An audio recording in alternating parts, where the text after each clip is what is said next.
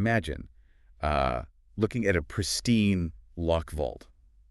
Inside is your future, your retirement. Everything you're putting away for the day you finally stop working. Right. Now imagine a massive corporate buyout happening in a boardroom, like 1,000 miles away, and somehow the exact dollar amount needed to close that billion-dollar Wall Street deal is secretly tethered to the combination of your personal vault.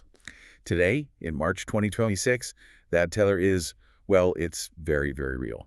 Yeah, the separation between high finance and everyday personal savings has essentially vanished. Yeah. I mean, we are operating in an environment where the most complex corporate debt structures are actively relying on the quiet, automated contributions of regular workers. Exactly. So welcome to our deep dive. If you're listening to this, we know who you are. You're the learner. You're here because you want to understand the machinery working behind the scenes of our world without, getting bogged down in impenetrable jargon. And today's mission is a massive one. We're unpacking a viral video by Damon Cassidy titled, "Private Equity Has Stolen Gen Z's Future." But we aren't just reacting to a video, right? We're pairing it with an incredibly detailed financial breakdown of how the modern economy is actually operating right under our noses. Yeah, but before we get into the mechanics of all this, we really need to establish some firm ground rules for this discussion. Oh, yeah, for sure. Because the material we're examining today, it contains very strong, potentially polarizing critiques of systemic financial structures. It touches heavily on wealth inequality, corporate practices, and the acute struggles of younger generations. Yeah, it gets intense. It does. So we want to be absolutely clear here. Neither of us is taking a side or endorsing the viewpoints presented. Our goal here is purely analytical. We're breaking down the mechanics, the arguments, and the data so that you, the listener, can understand these concepts and, form your own conclusions. Okay, let's unpack this. I want to start with the actual mechanics of how a private equity firm buys a massive company. Because reading through this material, it sounds like they are barely using their own money to pull off these, billion-dollar acquisitions. How exactly does this machine work? So you're looking at the engine of the entire industry here, which is the leveraged buyout, or LBO. When a private equity or PE firm wants to buy a target company, they do not use a giant pile of their own cash. Right. They typically put down a surprisingly small fraction, like often just 10% to 30% as equity. The remaining 70% to 90% is raised entirely through debt, usually in the form of bank loans or high-yield junk bonds. Okay, so they're borrowing the vast majority of the purchase price. But, if I borrow money to buy a car, that debt belongs to me. If I don't pay it, it's my problem. How does a PE firm borrow billions without crippling their own firm if things go south? Through a mechanism known as the corporate veil. The corporate veil. Okay. Yeah. The PE firm creates a brand new shell company, often referred to in the industry as NewCo. This shell company is the entity that actually takes on the massive debt. NewCo buys the target company, and then the two entities legally merge. Wait, so the debt just transfers over? Exactly. The brilliant, or, perhaps controversial part of this structure is that the massive debt now sits permanently on the acquired company's balance sheet, not the private equity firm's. The acquired company's own daily cash flow must now be used to pay back the massive loan that was used to buy it. Wow. It's like buying an apartment building, taking out a massive mortgage, but using the tenant's rent to pay the mortgage, while selling off the kitchen appliances to get your down payment back. That's a great way to put it. Actually, take that apartment analogy one step further. Imagine you didn't just sell the appliances. You sold the actual land the apartment building sits on to a third party and then forced the tenants to pay rent on the land too. That's a real thing. Oh, absolutely. That's what we call asset stripping. A really common tactic is the sale leaseback. The PE firm will sell the acquired company's real estate, so the warehouses, the retail stores, the hospitals, for an immediate cash windfall. Right. Then they force the company to lease those same buildings back, so the PE firm gets an instant return on their investment. But the underlying company is now saddled with permanent rent expenses on top of their massive new debt payments. That is wild. And on top of that, they charge the company ongoing, management fees for the privilege of being owned by them. But there's another term here that really threw me. Explain dividend recapitalization, because it sounds completely contradictory. Yeah, the dividend recap is perhaps the most aggressive extraction method in the playbook. After acquiring the company, the PE firm forces that company to take out even more debt. More debt. Why? Well, this new loan isn't used to build a new factory or hire better talent. It is used exclusively to pay a massive one-time cash dividend directly to the PE firm. In many cases, this single payout completely covers the PE firm's initial 10% to 30% down payment. Wait, hold on. They borrow money, put the debt on the company they just bought, and put the cash directly into their own pocket. Yeah. How is that even legal? And more importantly, I mean, if this company is now bleeding cash to pay back all these different loans, what happens to the actual business operations? What happens to the employees? That is where the math meets reality. When a business is saddled with a 90% debt load, every spare dollar goes to interest payments. There is absolutely zero margin for error. Jeez. If revenues dip even slightly, the only way to avoid defaulting on the loan is to drastically cut operational costs. And the real-world casualties of this are severe. In healthcare, for example, the data shows a 13.4% increase in emergency room deaths at PE-owned facilities. Because they have to cut nursing staff and doctors just to make the monthly interest payments on the debt that was forced onto them. Correct. The debt payments take priority over patient care, staffing levels, equipment upgrades, you name it. And we see the same pattern across sectors. Yeah, the breakdown mentioned a few. Right. In retail, there are documented 18% wage reductions and massive layoffs. In housing, institutional investors are utilizing these structures to buy up single-family homes. Projections suggest they could own 40% of the market by 2030, which obviously drives up rents. They're even consolidating family farms. Which leads to a statistic that absolutely stopped me in my tracks. PE-backed companies accounted for 71% of large bankruptcies in 2025. Yeah. If the failure rate is that astronomically high, why does anyone in their right mind keep lending them the billions of dollars to do this? To understand the continued flow of money, we really have to look at how the traditional banking model fundamentally changed. Historically, a bank like, say, JP Morgan or Goldman Sachs acted as a traditional lender. They gave you a loan and held onto it, hoping you paid it back. Right, the classic model. But in the modern era, they evolved into toll booths. They moved to an originate-to-distribute model. A bank arranges the multi-billion-dollar LBO loan for the PE firm and collects a massive 1% to 3% arrangement fee up front. But they don't hold the loan. Within days, they chop it up and sell it off. I'm struggling to picture this. You have a massive, highly risky corporate loan for a company that might go bankrupt. How do you convince anyone to buy that off you? By bundling it with hundreds of other loans. They create what are called collateralized loan obligations, or CLOs. They take hundreds of these risky corporate loans, put them in a giant pool, and slice that pool into layers, which are called tranches. Okay, tranches. Right. The bottom layers absorb the first losses if companies go bankrupt, but the top layer, the senior tranche, is mathematically shielded from the initial defaults. Because of that shielding, credit rating agencies slap a AAA safe rating on that top layer. Ah, I see.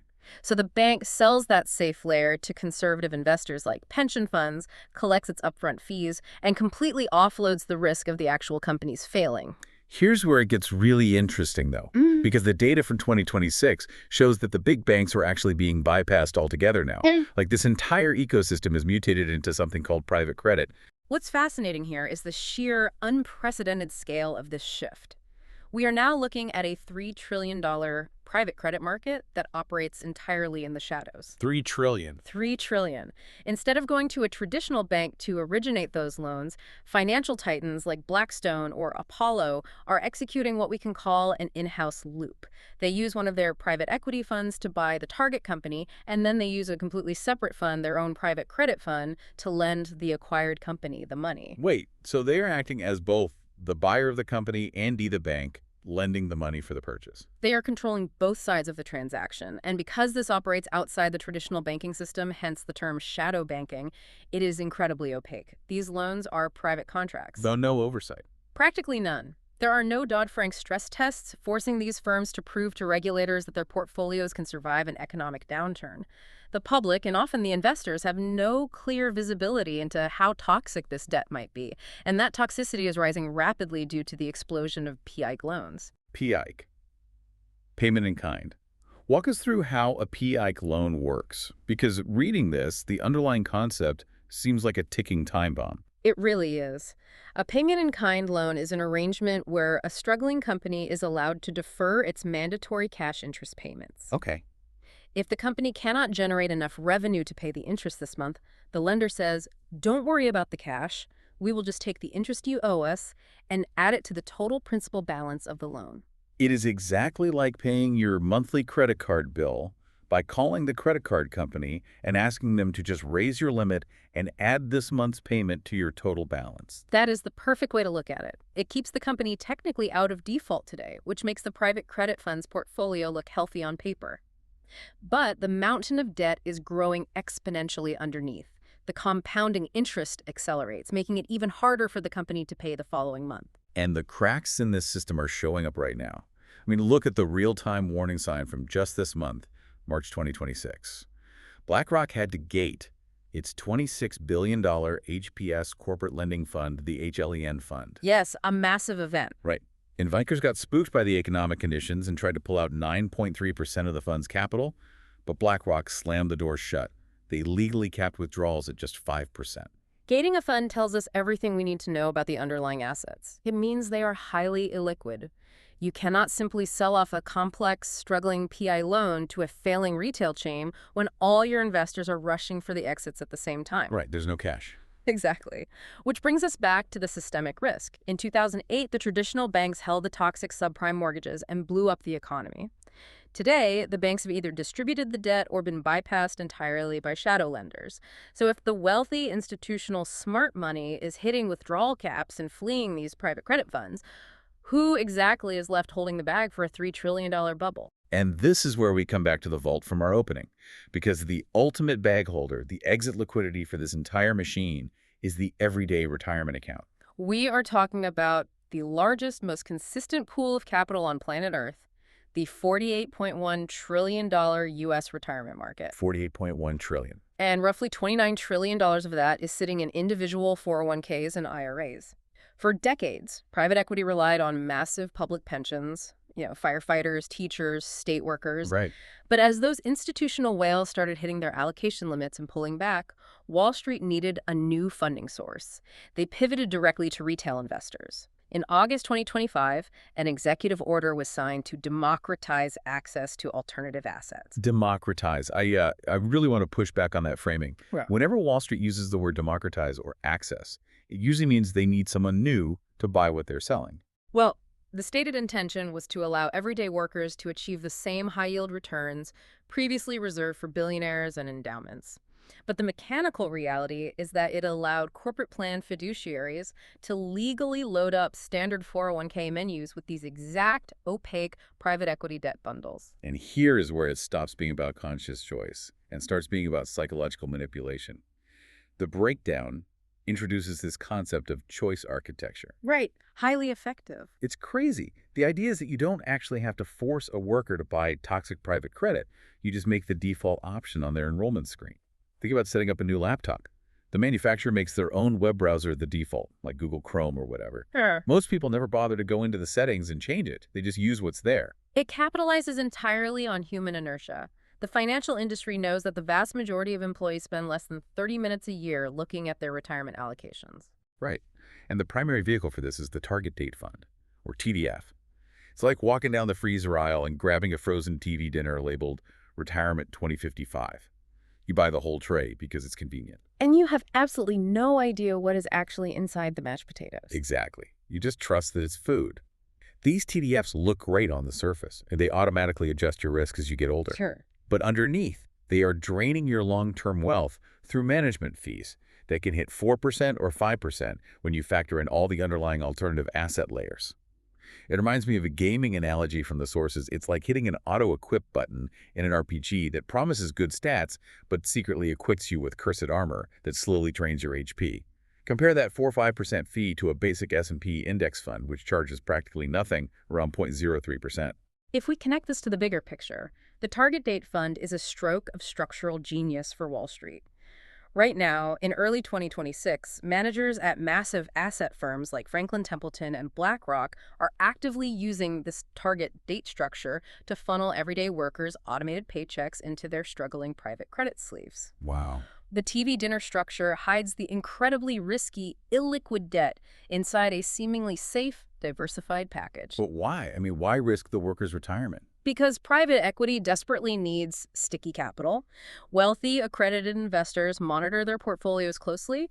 They pull their money out the second things look shaky, hence the gated funds we discussed earlier. Right, they run for the exit. Exactly.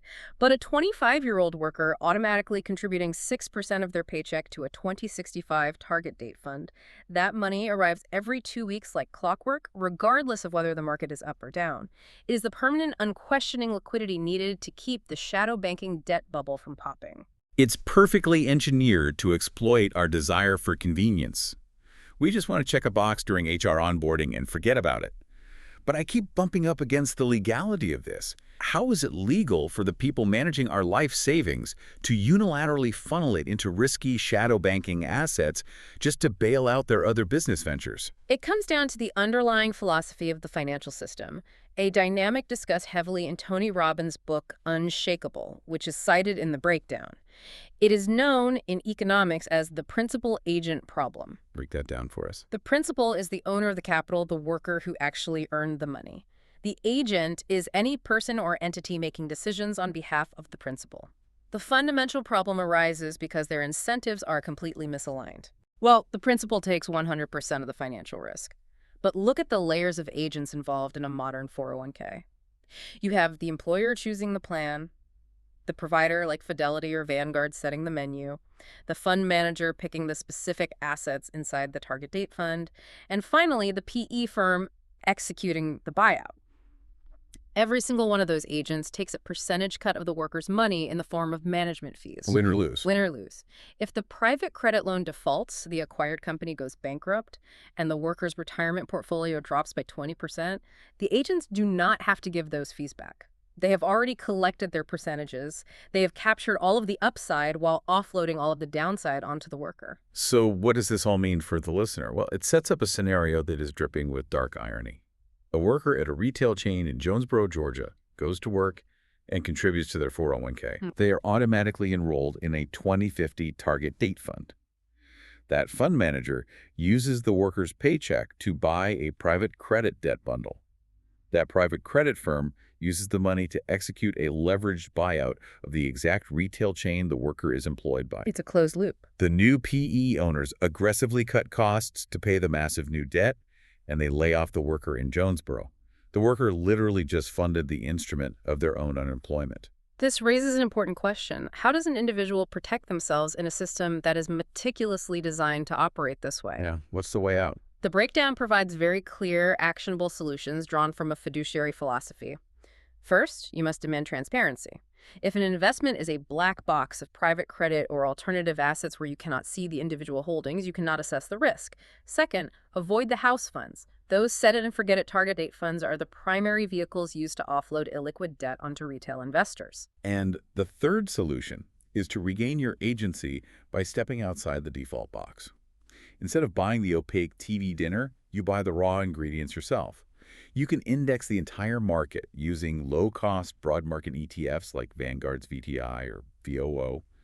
By doing that, you own the actual productive companies of the economy, and you bypass the hidden fee forest entirely. It is entirely about controlling the variables you can control. The system relies on passivity. If you do not actively direct your capital, someone else will happily direct it toward absorbing their own liabilities. Which brings us to the ultimate takeaway from this deep dive. We've gone from the boardroom mechanics of a leveraged buyout, understanding how Newco shields PE firms while asset-stripping guts a business, to a $3 trillion shadow banking bubble fueled by PIKE loans that, frankly, defer reality. Yeah. And we track how, as the smart money flees, that risk is being quietly funneled right down to the do-it-for-me button on a corporate 401k enrollment screen to keep the whole machine running. And this circles back to the core message of Damon Cassidy's viral video. He argues that Gen Z is staring down a generational recession, a future where they are expected to own nothing while navigating the fallout of these massive systemic debt structures. A pretty grim picture. It is, but his final point is not one of defeatism. He stresses that systemic corruption should never be an excuse for personal apathy. His call to action is to create what he calls small ripples of hope. You create those ripples through discipline. You take ownership of your immediate environment.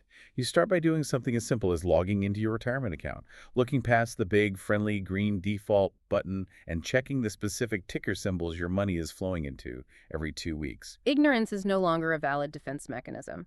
In fact, it is the exact vulnerability that the choice architecture requires to function. The mechanics of shadow banking only work if the retail capital remains sticky, automated, and silent. To you, the learner, listening to this, your superpower has always been your curiosity. The architects of this system rely heavily on you being too bored, too busy, or too intimidated by the jargon to look under the hood. But now you can see the matrix of the default box. You know exactly what choice architecture looks like, and more importantly, you have the power to step outside of it. Exactly. I want to leave you with one final thought to mull over.